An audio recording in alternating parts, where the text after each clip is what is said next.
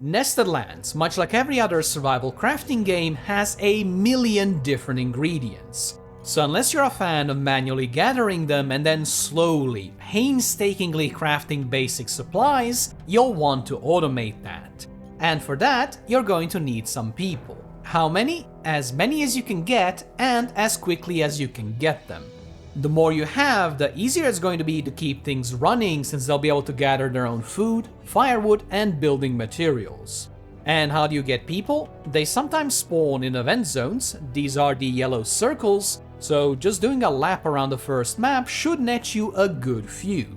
Just make sure you have enough houses before you set off on your adventure, because if you don't, you won't actually be able to recruit anyone.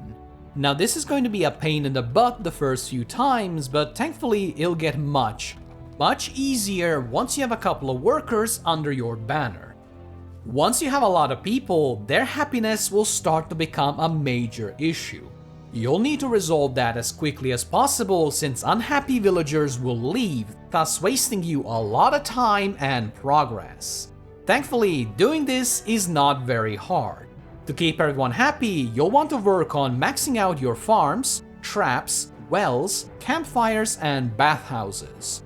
Only having one of each is enough for a villager or two, but as soon as you move beyond that, they'll start demanding more.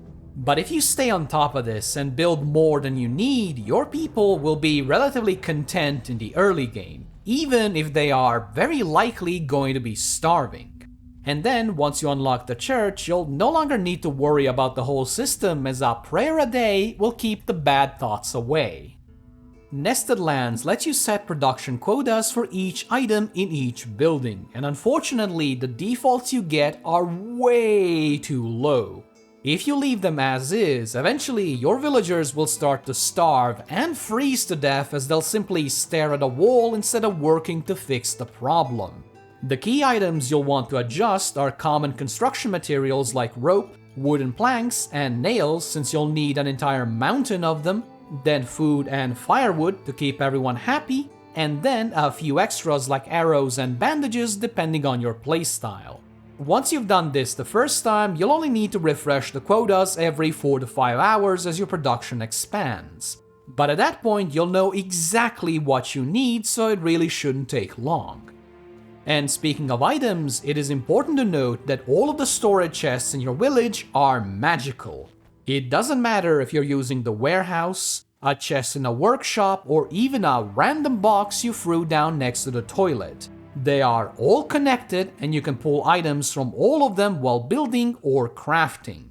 The only exception is if you're doing crafting from your own inventory, but you never really have to do that past the tutorial stage. So in other words, you don't have to lose your mind sorting your loot after each expedition. Just shove it in a box and let the peasants worry about the sorting. And if the box fills up, just make a new one. It really is that easy.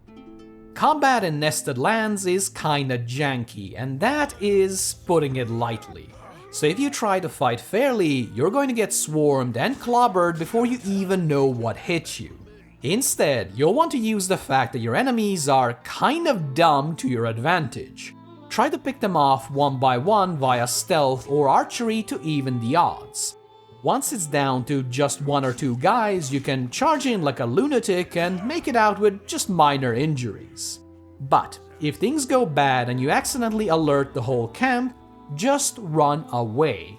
You are faster and they are about as bright as a dark matter light bulb, so a quick jog will either separate them into small groups that you can very easily deal with, or make them completely forget you ever existed. Either way, you'll be able to get off scot-free. Nested Lands melee combat is very simple. You can attack, block, and dodge.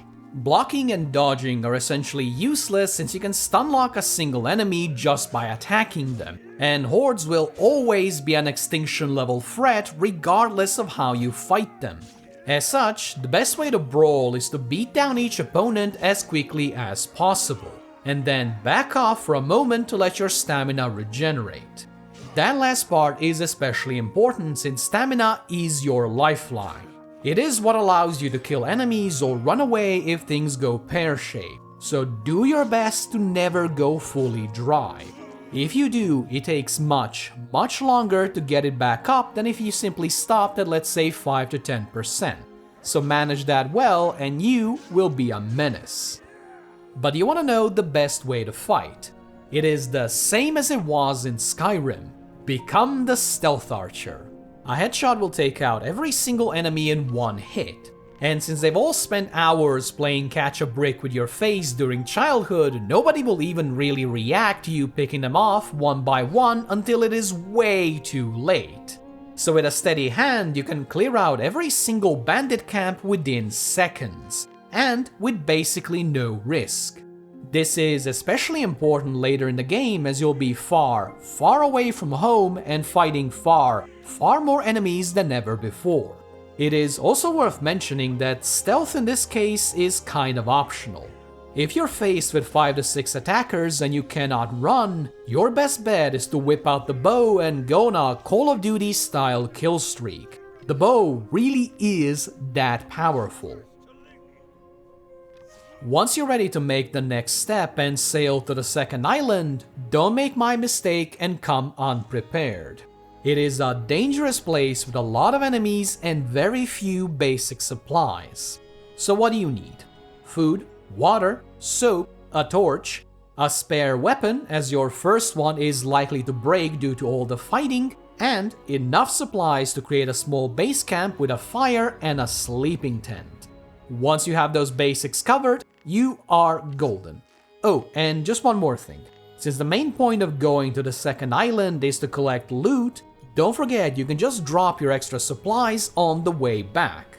After all, iron scraps are far more valuable than a random torch.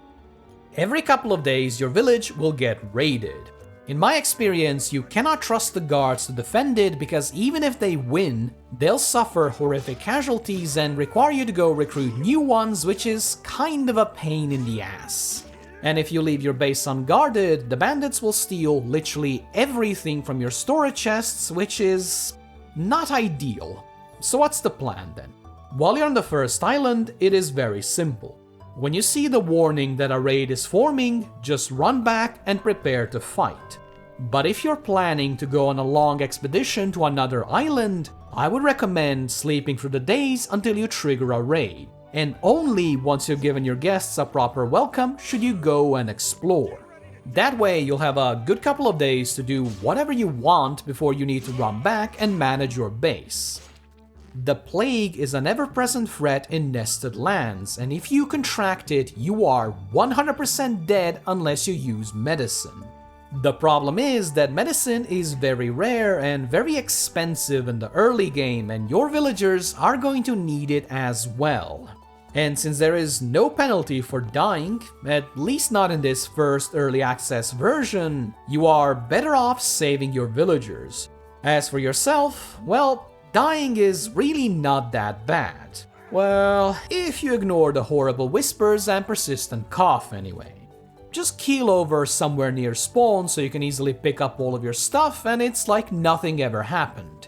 A 100% guaranteed cure with no side effects.